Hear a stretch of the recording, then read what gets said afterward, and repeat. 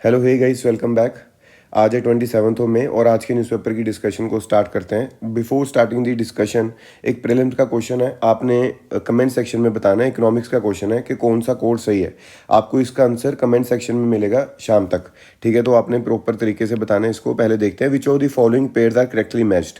कौन से pairs correctly matched हैं? नंबर 1 है increase in monetary expansion, number 2 है low import growth rate in India, recession in Indian industry, फिर है euro issue shares held by Indian companies in European countries, फिर आता है फोर्थ नंबर पे portfolio investment foreign institution investors. तो A option B C D, आपने इसको अच्छे वे से देख के बताना है, ठीक है। आप इसको होल्ड करो, पॉज करो, जो करना चाहते हो करो, लेकिन कमेंट सेक्शन में एक अच्छे वे से आंसर बताना है कि इसका आंसर होना क्या चाहिए। मोस्ट अप्रोप्रिएट ऑप्शंस के अकॉर्डिंग के लिए आंसर क्या बनता है आपने वो बताना है, ठीक है जी। चलिए let's start the discussion. Number 1 जो न्यूज़ है, India will support democracy stability in Sri Lanka says prime minister. तो ये चीज़ प्राइम मिनिस्टर बोल रहे हैं and this news is part of GS2 international relations. तो यहाँ पे बहुत सारी चीज़ें, तो इन्होंने कुछ ऐसा खास कोई स्कीम या फिर कुछ और तो नहीं यहाँ पे लॉन्च किया, लेकिन हमें क्या पता होनी चाहिए, हमें पता होनी चाहिए श्रीलंका के बारे में, जो लोकेशन है उसके बारे में थोड़ी हमें इन्फॉर्मेशन होनी चाहिए। Let's see the location. यहाँ पे अगर हम बात करते हैं तो आपको पहले भी पता होगा, लेकिन जो इंपॉर्टेंट चीज़ है यहाँ पे देखिए। पहली चीज़ तो जो पाक स्ट्रेट है ये, लेकिन यहाँ पे इन्होंने बात की थी प्राइम मिनिस्टर मोदी ने जाफना पेनिनसुला के बारे में। तो जाफना आपने याद रखना है, नॉर्थ जो नॉर्थ है अपना श्रीलंका का, और नॉर्थ वाले पार्ट में आपको जाफना पेनिनसुला देखने को मिलता है, ठीक है जी। फिर उसके बाद में अगर हम यहाँ पे बात करते हैं कि पाक स्ट्रेट ऊपर है और जो पाक बे है वो उसके नीचे आ जाता है, क्योंकि कई बार आपको क्वेश्चन आएगा नॉर्थ टू साउथ लगाने में। तो नॉर्थ टू साउथ अगर आप लगा रहे हो इसको तो पाक स्ट्रेट, फिर आती है पाक बे, फिर पाक बे के बाद में आपको मिलता है एडम ब्रिज, ठीक है जी, जिसको हम राम सेतु बोलते हैं, एडम ब्रिज। फिर उसके बाद में आपको यहाँ पे मिलेगा गल्फ ऑफ मन्नार, ठीक है जी। तो इसके बीच में आपको और क्या क्या चीज़ें याद रखनी है, एक तो रामेश्वरम याद रख सकते हो, फिर उसके बाद में यहाँ पे आता है पंबन, मतलब पंबन ब्रिज आपको एडम ब्रिज के पास में मिलेगा, और जो रामेश्वरम है वो आपको जाफना के पास में मिलेगा। तो आपने ये प्रॉपर चीज़ को, ज्योग्राफिकल लोकेशन है जो हमारी याद रखनी है, ठीक है। तो ये हो गया हमारा श्रीलंका, और ये एग्जिस्टिंग रूट की ये बात की क्या क्या बात की जा रही है। यहाँ पे देखिए, यहाँ पे बात ये की जा रही थी कि जो एडम ब्रिज है, मतलब जो राम सेतु है, उसको थोड़ा सा हमें क्या कर देना चाहिए कि बीच में से जो उसका मिट्टी का कंटेंट है उसको रिड्यूस करना चाहिए, ताकि जो शिप है यहाँ से अच्छे वे से गुजर पाए, और जो रूट है, मतलब जो टाइम है वो कम लगे। अगर केरला से कोई शिप चल के जा रही है किधर वाली साइड पे, या फिर हम बोल सकते हैं कि वेस्ट वाली साइड से अगर कोई शिप जा रही है ईस्ट वाली साइड पे, क्योंकि एग्जिस्टिंग रूट तो यही है, क्योंकि यहाँ से कोई लेकर नहीं जा सकता, बिकॉज यहाँ पे बहुत ही ज़्यादा मिट्टी है, तो वो जो शिप है वो उसमें लोड होने की वजह से वहाँ पे मूव नहीं करता। तो यहाँ पे Sethusamudram project will reduce distance between east and west coast up to 424 nautical miles. तो इस चीज़ के लिए एक प्रोजेक्ट चलाया गया था जिसका नाम था सेतु समुद्रम प्रोजेक्ट, मतलब यहाँ से जो चीज़ है वहाँ से जो मिट्टी का कंटेंट है उसको कम करना। लेकिन जो एग्जिस्टिंग रूट है वो ये है, पूरा घूम के जाना पड़ता है, लेकिन यहाँ से बीच में जाना ईजी रहेगा और जो टाइम है वो कम लगेगा, ठीक है। तो this was the first news. Number 2 जो न्यूज़ है, this is again related to GS2 part, ठीक है। पॉलिटी एंड गवर्नेंस के बीच में ये आता है। मथुरा टेम्पल मॉस्क रो फ्रेश सूट एडमिटेड। देखिए अभी ज्ञानवापी का इशू चल रहा है, लेकिन उसी के बीच में मथुरा टेम्पल मॉस्क का जो इशू है वो भी यहाँ पे आता है।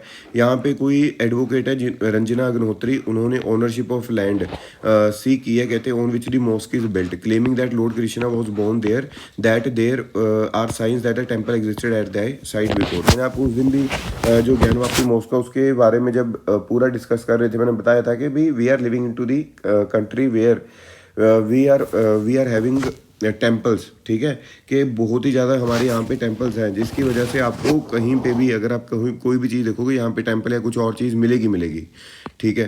तो देखते हैं अब इसमें क्या आगे प्रोसीडिंग्स आती हैं। चलिए नेक्स्ट न्यूज़ की बाद अगर हम बात करते हैं तो learning loss will dent India's GDP। यहाँ पे क्या बोला जा रहा है कि भाई एक रिपोर्ट आई है, और रिपोर्ट में ये बोला जा रहा है कि जो सबसे ज़्यादा स्कूल क्लोजर हुए हैं वो इंडिया में हुए हैं। ये देखिए पहले नंबर पे इंडिया यहाँ पे घूम रहा है कि जो सबसे ज़्यादा स्कूल क्लोजर हुए हैं ड्यूरिंग दी पेंडेमिक, वो कहाँ पे हुए हैं। यहाँ पे स्कूल क्लोजर हुए हैं यहाँ पे 80, ठीक है। उसके बाद में फुल क्लोजर कितने हुए हैं, यहाँ पे 20 से भी ज़्यादा हुए हैं, और जो पार्शियल क्लोजर हैं वो हमारे हुए हैं 50 से भी ज़्यादा। तो इंडिया में ये जो क्लोजर है वो कहते हैं, एडीबी कहता है ये इफेक्ट करेगा इन फ्यूचर। इफेक्ट किस चीज़ को करेगा? जीडीपी को डेंट करेगा। उसका रीज़न क्या है? क्योंकि बाय 2030 जो स्किल्ड लेबर है वो डिक्लाइन कर जाएगी, और जो अनस्किल्ड लेबर है वो 2% तक डिक्लाइन करेगी। उस चीज़ का रीज़न क्या है? उस चीज़ का रीज़न ये है कि आपने जो स्कूल क्लोजर किया है उस टाइम पे जो नॉलेज है, जो एजुकेशन है, वो बहुत कम बच्चों को मिल पाई है। School closure lead to decline in the global GDP and employment. Moreover the losses in global GDP and employment increases over the time. ठीक है, तो ये न्यूज़ भी आपने साथ में याद रखनी है कि एडीबी, अच्छा, एशियन डेवलपमेंट बैंक, इसका हेडक्वार्टर आपने बताना भी। हेडक्वार्टर कहाँ पे? कमेंट सेक्शन में बताओगे, और इसका भी आंसर आपको शाम को मिलेगा। और जैसे प्रीलिम्स का आंसर डालूंगा मैं कमेंट सेक्शन में, वैसे ही इसका आंसर मिल जाएगा। चलिए नेक्स्ट न्यूज़ की बात करते हैं। जो नेक्स्ट न्यूज़ है आज की, देखिए ये बहुत हमारे लिए कुछ खास इंपॉर्टेंट न्यूज़ नहीं है, लेकिन इस तरह की जो हम बोल सकते हैं कि ये टॉपिक इस चीज़ का है, मिसयूज़ ऑफ पावर। और मिसयूज़ ऑफ पावर कभी भी आपको कोई मेंस का क्वेश्चन आता है, वहाँ पे आप लिख सकते हो मेंस के क्वेश्चन में कि मिसयूज़ ऑफ पावर की रीसेंट एग्जांपल क्या है। रीसेंट एग्जांपल ये है करंट अफेयर्स में, dog walking IAS couple shifted out of Delhi.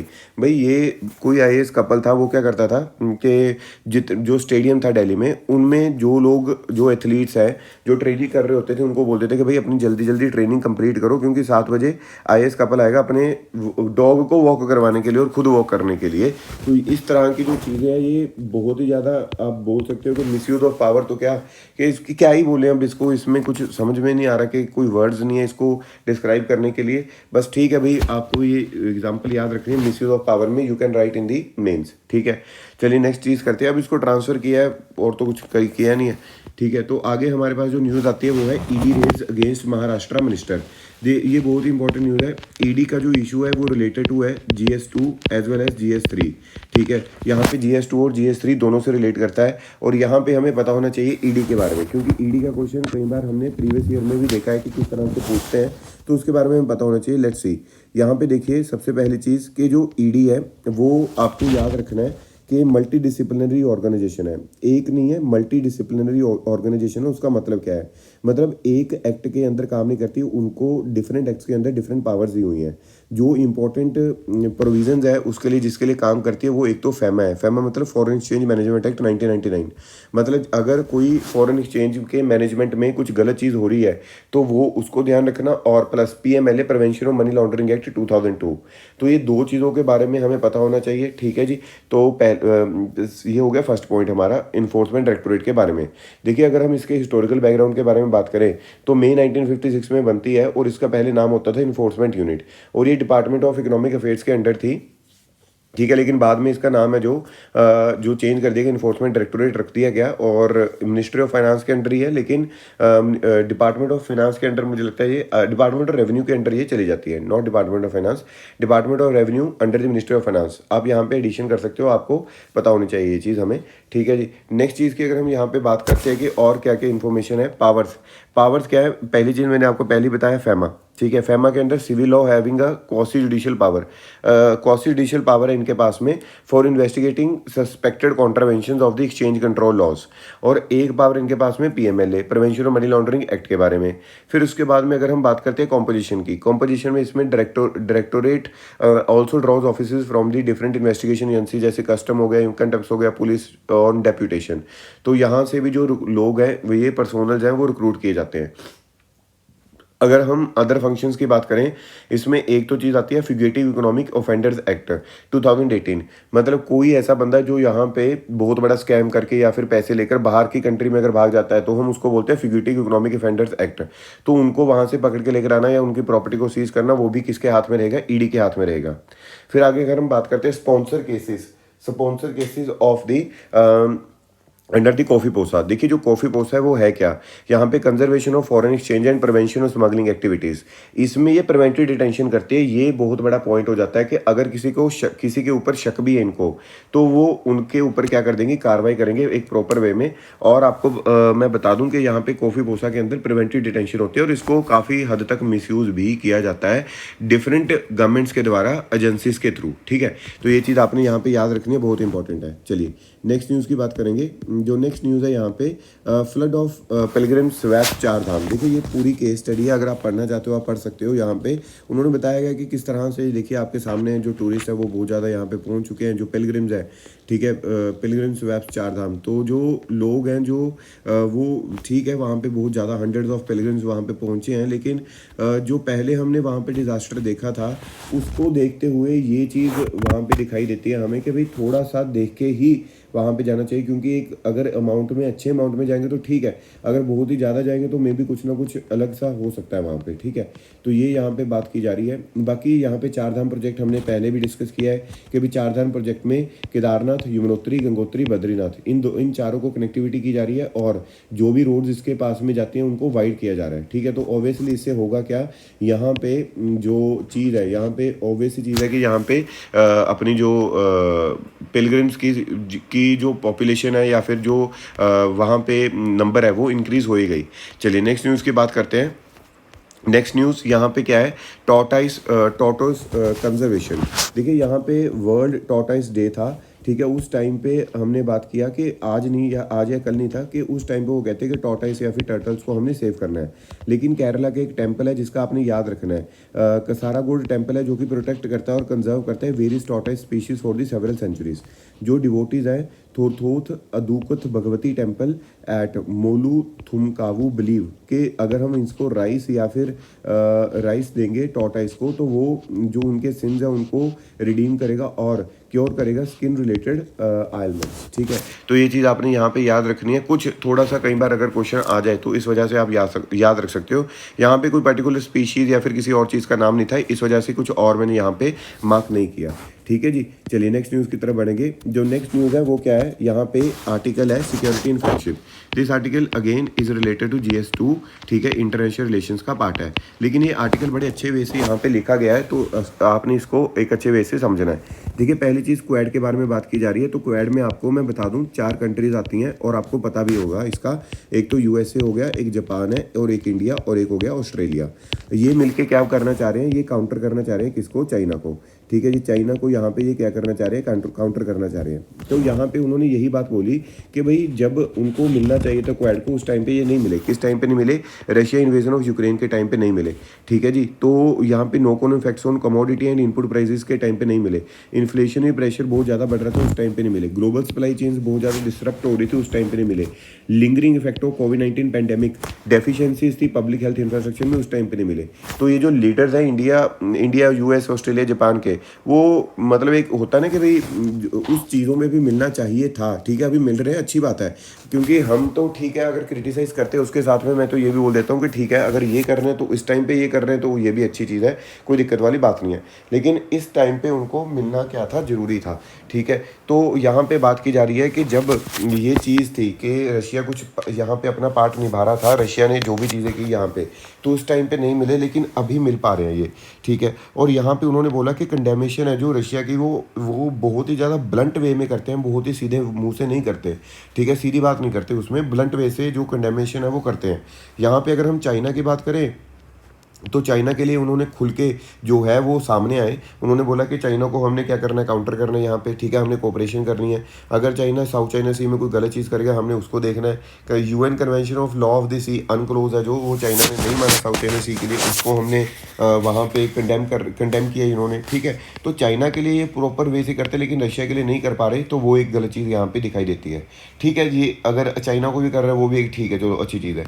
यहाँ पे क्वाड लीडर्स के बारे में अगर हम बात करते हैं तो इनके 2 कोर मैसेजेस थे। पहला है मैसेज कि अपोज करना बीजिंग को, मैंने आपको पहले ही बताया, पहला मैसेज। दूसरा मैसेज यहाँ पे उन्होंने डायलॉग में बोला कि हमें क्या करना है कि भाई मिलिट्री इस पहले एक्शन को लेकर के हम मिलिट्री कोऑर्डिनेशन को इंक्रीज करेंगे। फिर दूसरा इनका चीज़ क्या है कि भाई हमें क्या करना है, vaccine delivery, climate action, supply chain resilience, disaster response, इन चीज़ों में उन्होंने बोला हमने काम करना है, ठीक है जी। तो ये कुछ चीज़ें हैं आर्टिकल में, आपने इस चीज़ को याद रखना है, बहुत अच्छे वे से यहाँ पे डिस्क्राइब किया हुआ है। नेक्स्ट आर्टिकल ये मुझे बहुत ही अच्छा लगा, एडिटोरियल, ये आपने अच्छे वे से सुनना है। और आपको अगर कोई भी इन्फॉर्मेशन इंपॉर्टेंट लगती है, मुझे तो सारी इन्फॉर्मेशन इंपॉर्टेंट लगी काफ़ी हद तक, बहुत अच्छे वे से इसको एक्सप्लेन किया गया और बहुत अच्छे वे से दिया हुआ है। देखिए बात करते हैं इसके बारे में, citing the finishing lines in the measles rubella elimination. जो रूबेला और मीजल्स की एलिमिनेशन है वो हमने 2023 जुलाई अगस्त 2023 तक करनी है। तो यहाँ पे वो बात कर रहे हैं कि जो मीजल्स और रूबेला की वैक्सीनेशन है वो चिल्ड्रन को लगती है from 5 to 15 years, conducted in all the states. कई स्टेट्स में सक्सेसफुल रहा, कई स्टेट्स में सक्सेसफुल नहीं रहा, क्योंकि यहाँ पे अगर हम बात करते हैं school management, teacher, children themselves, parents, इनको इन्फॉर्म नहीं किया गया कि भाई हमने मीजल्स और रूबेला की वैक्सीन स्कूल में जाके लगवानी है। तो इसमें कुछ अनआंसर्ड क्वेश्चंस हैं, वो क्या क्या है। पहली चीज़, why up to 15 years while the जो यूआईपी कवर करता है सिर्फ और सिर्फ 5 ईयर्स तक। ठीक है, पहली चीज़। यहाँ पे जो वैक्सीन है वो स्कूल में अगर लगाई जा रही है तो पेरेंट्स को क्यों नहीं बताया जा रहा। इस तरह के जो क्वेश्चन हैं वो, ये वाला क्वेश्चन अपने प्रॉपर वे से याद रखना, 15 ईयर्स वाला। इसका आंसर आपको लास्ट में मिलेगा, बहुत ही अच्छा प्यारा आंसर है। देखिए इसके बारे में हर्डल ऑफ प्योर इन्फॉर्मेशन क्या है। पहली चीज़ तो जो इन्फॉर्मेशन अभी हमने ऊपर बात किया कि जो गवर्नमेंट है इसका टारगेट था 2020 तक पूरा करना है, नहीं हाँ, कि from India by the year 2020 having missed the early target of the 2015 to eliminate the target India by the year 2020।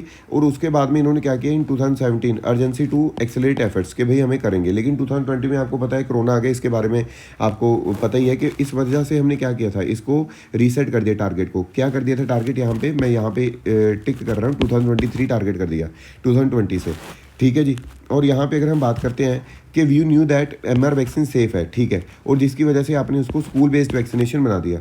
लेकिन यार आप एक चीज़ देखो कि excellent these were all excellent reasons, but due to lack of information to the public एक anxiety वहाँ पे बन जाती है। पेरेंट्स सोचते हैं पता नहीं यार अब कौन सी वैक्सीन यहाँ पे लगाई जा रही है, तो उसमें थोड़ा सा क्या दिखता है कि भाई वो कहते हैं कि हमने तो वैक्सीन नहीं लगवानी, हमें तो ये हो जाएगा, फलाना हो जाएगा, ढिमकाना हो जाएगा, वो सारी चीज़ें यहाँ पे निकल के आती हैं।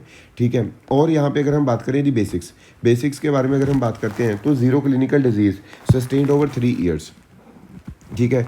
2 arms of the intervention are vaccination and surveillance. यहाँ पे वैक्सीनेशन और सर्विलियंस दो चीज़ें बात की जा रही है। सर्विलियंस हम कैसे रखते हैं, अगर किसी भी जगह पे कोई भी पिन पॉइंट होता है कि भाई यहाँ पे मतलब ट्रांसमिशन वायरस की हो रही है, तो वहाँ पे जाके वैक्सीनेशन लगाने की बात की जाती है। फिर जो 2 डोजेज है वो कवर करती है at least 95% children below 5 years. The first dose between 9 and 11 months और second dose ideally in the second year of life should suffice. The disease is basically fever plus a red rash on the skin. ठीक है जी, ये चीज़ आपने याद रखनी है। यहाँ पे district as a nerve centre, जो क्लिनिकल और लेबोरेटरी सर्विलियंस है वो एक अच्छे वे से होना चाहिए। Vaccination have to be sustained as either virus specially measles virus could be imported from outside that should be immediately detected and interrupted. ठीक है जी, ये चीज़ आप याद रखोगे। इसका लॉन्ग टर्म इम्पैक्ट क्या है, लॉन्ग टर्म इम्पैक्ट में हम अगर बात करते हैं मीजल्स की, पहले मैं सिर्फ मीजल्स की हम बात कर रहे हैं यहाँ पे। देखिए जो प्री वैक्सीनेशन एरा है, जहाँ पे हम पोलियो की बात करते थे, पोलियो ने पैरालाइज किया about 1% of the all children before the age of 5। लेकिन जो मीजल्स है वो actually killed 1% of all the under 5 children. During the measle जो फेटेलिटी रेट है वो ज़्यादा है, 10 to 15%। जो चिल्ड्रन रिकवर भी कर लिए जाते हैं मीजल से, उनका जो वेट है वो लूज़ हो जाता है और जो मोमेंटम है वो नहीं बन पाता, उनका परफॉर्मेंस कम हो जाती है। ठीक है जी। जो इम्यून सिस्टम है वो कम हो जाता है, जिसकी वजह से इन्फेक्शियस डिजीज़ के लिए वो वनरेबल रहते हैं, leading to high mortality over the next 2 to 3 years. Indeed, there has been much discussion among experts whether measles should have been targeted first for global eradication instead of polio। ठीक है, इस वजह से ये वाली जो डिस्कशन है उस टाइम पे चल रही थी। अगर हम रूबेला की बात करें तो रूबेला क्या करता है, एक वायरस है जो कि स्लो ट्रांसमिटर है। ये कई बार तो देखने को मिलता है कि जो असिम्टोमेटिक भी हो सकता है, विदाउट सिम्टम्स भी आ सकता है, लेकिन इसमें भी सेम चीज़, शॉर्ट फीवर, स्किन रैश रहता है। लेकिन अगर ये सपोज प्रेग्नेंट लेडी को किसी को हो गया, तो जो वायरस है वो प्लेसेंटा में जो है एंटर करता है और उसको डैमेज कर सकता है दी डेवलपिंग फेटस आइज़। ठीक है जी, foetus eyes, brain, heart and other tissues. तो जो अफेक्टेड बेबीज़ है वो बोर्न होंगे विद द डिफेक्ट्स। तो बहुत बड़ी प्रॉब्लम है किसकी, रूबेला की और मीजल्स की भी। और रूबेला इसी वजह से यहाँ पे ध्यान दिएगा कि जो इसी को जब ये चीज़ हो जाती है कि जब हम बोलते हैं कि भाई बच्चे को इतनी प्रॉब्लम हो गई, डिफेक्ट्स के साथ आ रहा है, हम उसको बोलते हैं कोगनाइटल रूबेला सिंड्रोम, CRS। ये प्रिवेंटेबल है with vaccination if given prior to the pregnancy. अगर प्रेगनेंसी से पहले इसको देंगे तो ये क्या हो जाएगा आपका, ये प्रिवेंटेबल है। So in 2017 school based vaccination campaign 15 years was chosen to create immunity in girls for assured future protection and in boys to prevent community spread. वो कहते हैं इसी वजह से हमने 15 साल तक का एज पीरियड रखा है। अगर किसी विमेन को मतलब किसी भी बच्ची को नहीं लगी होगी तो उनको वैक्सीनेशन करेंगे, जिसकी वजह से प्रिवेंट करेंगे कम्युनिटी स्प्रेड। ठीक है जी। तो ये आर्टिकल मतलब पर्सनली मुझे बड़ा अच्छा लगा कि बहुत अच्छा डेटा दिया हुआ है। आप इसको नोट डाउन कर सकते हो या फिर पॉज करके एक बार देख सकते हो इसको। ठीक है, नेक्स्ट न्यूज़ की तरफ बढ़ते हैं। जो नेक्स्ट न्यूज़ आज हमने डिस्कस करनी है इज़ अबाउट दी यहाँ पे notice supply chain depend global chip storage shortage sorry. तो यहाँ पे पेंडेमिक के दौरान हुआ क्या था, सभी लोग अपने घरों से काम करना स्टार्ट कर देते हैं, जिसकी वजह से जो लैपटॉप की डिमांड है वो बढ़ जाती है ना, ये टैबलेट्स की डिमांड। तो higher consumer demand for low end products coupled with large order from tech firm choked chip makers whose factories were close during lockdown. अब चिप मेकर्स हैं जो उनकी तो जो फैक्ट्रीज उस टाइम पे बंद पड़ी थी, तो इस चीज़ को देखते हुए हमने क्या किया, जो कार मेकर्स हैं उन्होंने उस टाइम पे तो चिप्स को मंगाना बंद कर दिया था क्योंकि कार्स भी नहीं बिक रही थी। लेकिन अभी क्या हो रहा है कि उनको अपनी प्रोडक्शन को बढ़ाना पड़ा कार्स की को, चिप वो भी डिमांड कर रहे हैं, लैपटॉप वाले भी डिमांड कर रहे हैं, टैबलेट वाले भी डिमांड कर रहे हैं, जिसकी वजह से यहाँ पे शॉर्टेज देखने को मिल रही है। तो और यहाँ पे कुछ भी एक्स्ट्रा नहीं लिखा हुआ चिप्स के बारे में, कहाँ से आता है, क्या करता है, क्या नहीं करता है। तो इस वजह से हमने जो इसका जिस्ट है वो पढ़ा है। Next news is extremely important. ये हमने पहले भी डिस्कस की थी, मुझे लगता है कल या परसों डिस्कस की थी, और जो हमने डिटेल में डिस्कस किया था वो आज यहाँ पे आर्टिकल में आया हुआ है। देखिए यहाँ पे अगर मैं बात करता हूँ वर्ल्ड इकोनॉमिक फोरम की, जो कि डेवोस स्विट्जरलैंड में हो रहा है, वहाँ पे हरदीप सिंह पुरी जो मिनिस्टर हैं पेट्रोलियम और नेचुरल गैस के, उन्होंने बात किया कि India will emerge as the leader of the green hydrogen. अगर हम ग्रीन हाइड्रोजन की बात करें, ये होता क्या है, देखिए पहली चीज़ ये कलरलेस ऑर्डरलेस, ठीक है, colourless odourless tasteless non toxic highly combustible gaseous substance है। हाइड्रोजन है जो वो lightest simplest most abundant member of the family of chemical elements in the universe है। जो ग्रीन है वो डिपेंड्स करता है electricity generated to obtain the hydrogen.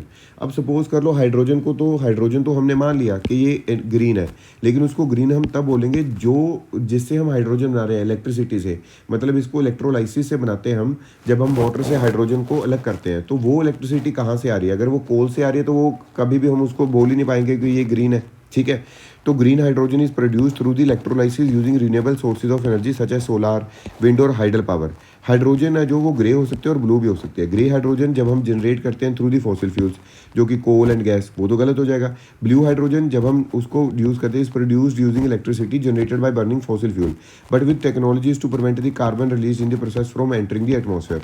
Blue hydrogen क्या होती है, जैसे उसको हम क्या करते हैं कि भाई कोल से बनाएंगे, और कोल से क्या होता है कि कोल से आपको पता है कि जो CO2 है वो ऊपर जाएगी। ठीक है, लेकिन इसके लिए हमने डिफरेंट यहाँ पे क्या लगाए हुए हैं, ट्रीज लगाए हुए हैं, जो कि इसको अगेन क्या करते हैं, कैप्चर करते हैं। तो अगर तो ये टेक्निक है तो ब्लू हाइड्रोजन है, ग्रे मैंने आपको बताई दिया और ग्रीन हाइड्रोजन आपको बताई है। यहाँ पे हम ग्रीन हाइड्रोजन की बात क्यों कर रहे हैं भाई, पेरिस एग्रीमेंट को हमने साइन किया हुआ है, जहाँ पे हमने पूरा ग्लोबल में बोला हुआ है कि 2 डिग्री सेल्सियस तक हमने क्या करना है, मेंटेन करना है। हमने अपना NDC में दिया हुआ है कि हम ग्रीन हाउस गैस एमिशन है वो 33 to 35% फ्रॉम 2005 लेवल कम करेंगे। फिर उसके बाद में बहुत ऐसी चीज़ें जो नेट ज़ीरो, ये जो लेटेस्ट वहाँ पे जो मीटिंग हुई है और वहाँ पे जाके जो हमारे प्राइम मिनिस्टर हैं वो टारगेट देके हैं कि नेट ज़ीरो इंडिया अचीव करेगा बाय 2070 ग्लासगो में। ठीक है जी, तो ये बहुत ज़्यादा इंपॉर्टेंट हो जाता है। और फर्दर अगर हम इसके बारे में बात करें, ग्रीन हाइड्रोजन इंपॉर्टेंट क्यों है, इसको हम लॉन्ग पीरियड के लिए स्टोर कर सकते हैं। The storage hydrogen can be use to produce electricity using the fuel cells, क्योंकि हाइड्रोजन एक अच्छा सोर्स है। ठीक है जी, तो यहाँ पे इस चीज़ के बारे में आपने प्रॉपर वे से ध्यान रखना है। बहुत इंपॉर्टेंट आर्टिकल था, बहुत इंपॉर्टेंट न्यूज़ थी। चलिए नेक्स्ट न्यूज़ की तरफ चलते हैं। बस इतना याद रखना, मुंद्रा पोर्ट कहाँ पे, गुजरात में सीज़ हुए हैं ड्रग्स यहाँ पे, वो उसके बारे में पहले भी सीज़ हुए थे, तो बहुत खास इंपॉर्टेंट बात नहीं है। चलिए नेक्स्ट न्यूज़ के बारे में बात करते हैं। यहाँ पे app based attendance hits rural workers. Rural worker को ऐप बेस्ड अटेंडेंस ने हिट क्यों किया भाई, पहली चीज़ तो अगर आप ऐप पे अटेंडेंस लगवाओगे वो तो बहुत बढ़िया बात है, क्योंकि डिजिटाइज हो जाएगा, सभी लोगों को पता लगेगा कि भाई इतने बंदे यहाँ पे काम कर रहे हैं, इतने बंदे यहाँ पे काम नहीं कर रहे। लेकिन MG नरेगा में जो लोग काम करने आ रहे हैं, जो स्पेशली विमेन, उनके पास मोबाइल ही नहीं है, और अगर मोबाइल नहीं है वो अटेंडेंस कैसे लगाएंगे। और इसकी वजह से MG नरेगा क्या है, 100 डेज़ का जो वर्क है वो एश्योर करता है, और किसको, नॉन स्किल्ड लोगों को, ठीक है, कि जिनके पास में एम्प्लॉयमेंट नहीं है। वो वहाँ पे जाके फॉर्म भरेंगे और उनको 100 डेज़ का नॉन स्किल्ड वर्क प्रोवाइड किया जाएगा। अगर ये वर्क नहीं मिलेगा विद इन 14 डेज़ और विद इन 3 वीक्स, आपको जो अलाउंस है, मतलब जो जिसको हम बोल देते हैं अनएम्प्लॉयमेंट अलाउंस, के भत्ता मिलना स्टार्ट हो जाएगा। तो यहाँ पे इसी वजह से हम क्या देख पा रहे हैं, वुमेन का ड्रॉप आउट आ रहा है, टेक्निकल ग्लिचेस आ रहे हैं ऐप में। तो ये एक प्रॉब्लम यहाँ पे दिखाई देती है, तो इसके बारे में आपको पता होना चाहिए। ठीक है, चलो आज तीसरा क्वेश्चन और बताना है आपने, अगर आप बताना चाहोगे। एमजी नरेगा को मिनिस्ट्री कौन सी देखते हैं भाई? मिनिस्ट्री बताओगे एमजी नरेगा के लिए, ठीक है, बहुत इंपॉर्टेंट है। चलो नेक्स्ट चीज़ की बात करते हैं। नेक्स्ट जो न्यूज़ है आज के न्यूज़पेपर में, आज के न्यूज़पेपर में और कोई इंपॉर्टेंट न्यूज़ नहीं है। यह देखिए, एसबीआई ने बोल दिया कि ये जीडीपी स्लो हो जाएगी, ये बोलता है मैं इतनी प्रोजेक्शन कर दूंगा। इसका कुछ लेना देना नहीं है। उसका रीज़न क्या है कि बहुत ज़्यादा स्टेट एग्जाम है, कोई वो तो खतरनाक क्वेश्चन पूछ लेगा कि इस तरह की कोई प्रोजेक्शन बताओ मुझे, लेकिन यूपीएससी इस तरह का प्रोजेक्शन नहीं पूछता, वो इकोनॉमिक सर्वे से ट्रेंड्स पूछता है, ठीक है। तो उसके बारे में, इकोनॉमिक सर्वे के बारे में फिर कभी बात करेंगे। तो आज के न्यूज़पेपर में इतना ही है। अगर वीडियो आपको अच्छी लगी हो तो आप इसको चैनल को सब्सक्राइब कर देना और वीडियो को शेयर कर देना और वीडियो को लाइक भी कर देना। Thank you so much.